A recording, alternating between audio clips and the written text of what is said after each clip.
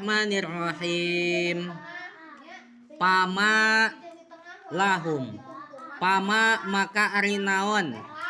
Lahum eta tetep manfaat pikeun jalma-jalma kafir. Ail kupari tegesna jalma-jalma kafir.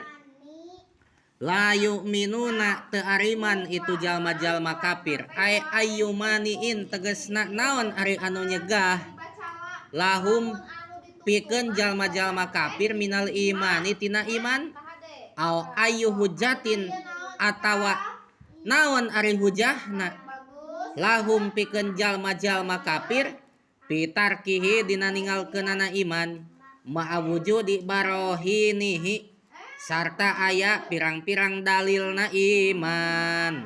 Surat naon? Al-Insyikok ayat 20. Surat Al-Insyikok ayat 20 ieu teh make pa mimitina teh pamalahum. Pa didinya teh al-pa'u litartibima ba'daha minal inkar. Pa dina lapad pamalahum aya pa-nya. Tapa didinya teh pikeun nartibkeun perkara anu sabadana pa buktina tina inkar wa ta'jibi jeung ngagetkeun alama qoblaha kana perkara anu samemeh pa. Jadi gunana pa teh adalah nartibkeun perkara anu sabada pa nyaeta inkarna jalma-jalma kafir.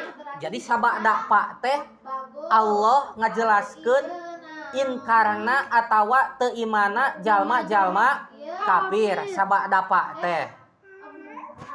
Tuluy ieu pa teh takjib deui. Takjib teh hartina teh ngaherankeun, atawa ngagetkeun. Ngagetkeun kana perkara anu samemeh lapad pa. Naon samemeh lapad pa? Nya samemeh lapad pa teh dina ayat-ayat sebelumna berarti samemeh ayat 20. Allah teh ngajelaskeun tingkah-tingkah poe kiamah. Allah teh ngajelaskeun pakewuhna kumaha pakewuhna poe kiamah. Anu mana tingkah jeung pakewuh poe kiamah nu dijelaskeun ku Allah teh eta teh matak ngawajibkeun kana iman pikeun nu berakal mah. Sabab dohir hujahna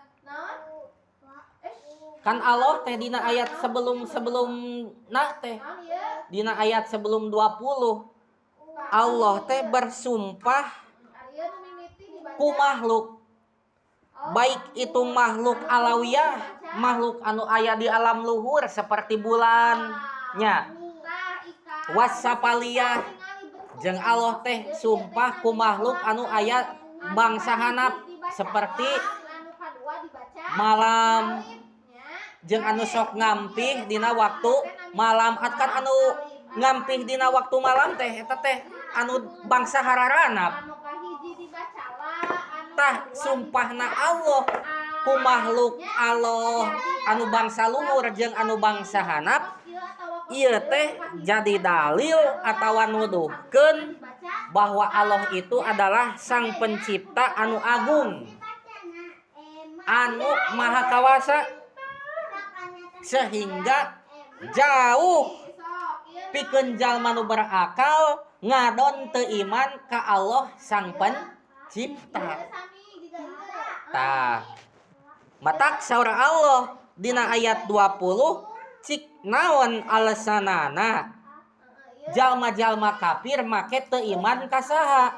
Ka Allah. Padahal mah tanda-tanda kekuasaan Allah sakitu lobana, sakitu agungna.